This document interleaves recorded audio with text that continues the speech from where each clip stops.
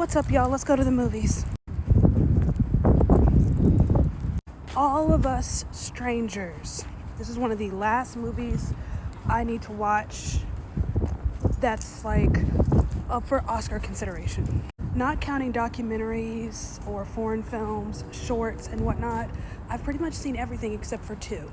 This and Zone of Interest. Let's go.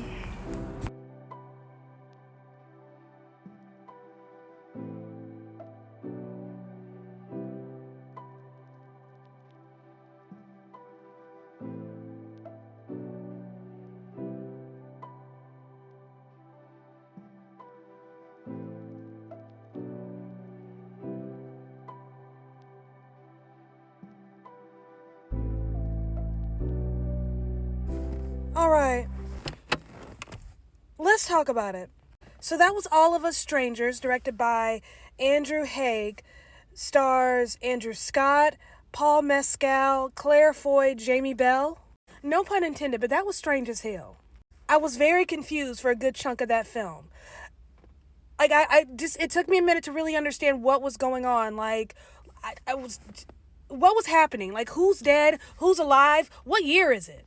And once I got a good grip on what was happening, they threw another curveball. Another thing I don't understand is how the BAFTAs, the British version of the Oscars, how they could overlook Andrew Scott. What an absolutely beautiful performance. Yeah, the movie is hella strange, but that was beautiful.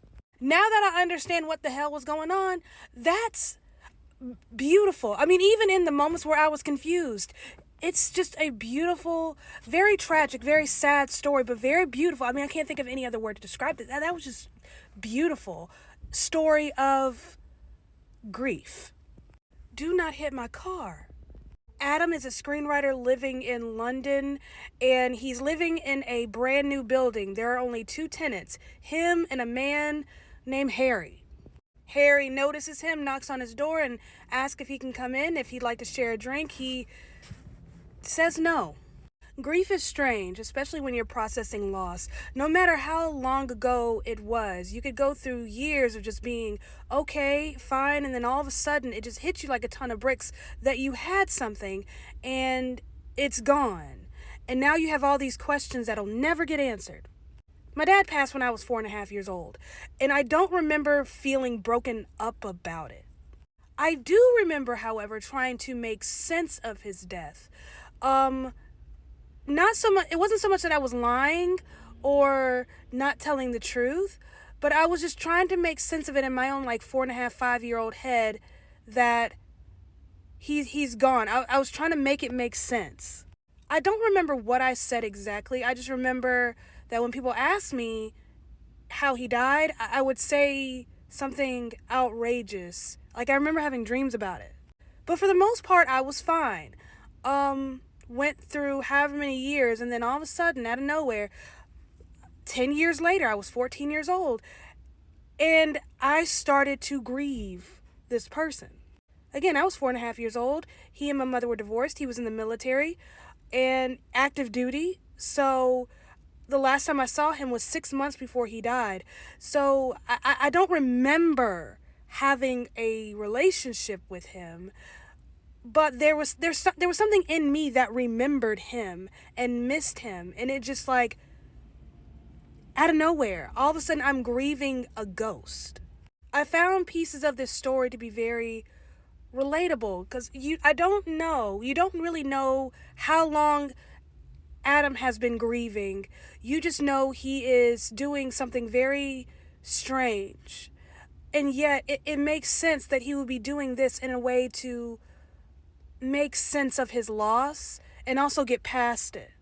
He has questions. He needs answers, things that are unresolved. He was 12 years old when he lost his parents, and there are things about himself that he didn't know that they'll never know, and so he's probably wondering, what would it have been like to have this conversation? What would they have done had they known this about me? Would they still be proud of me? I remember sitting in an Applebee's with my mom. I had to have been like late teens, early 20s. I was in college, and I asked my mom, would my dad have been proud of me? And just cried about it. It's a heavy thing to think about, especially if you've lost a parent, whether or not you would have lived up to their expectations. If they were still alive, if he were still alive, would he like me? Like, that's a question that plagues me.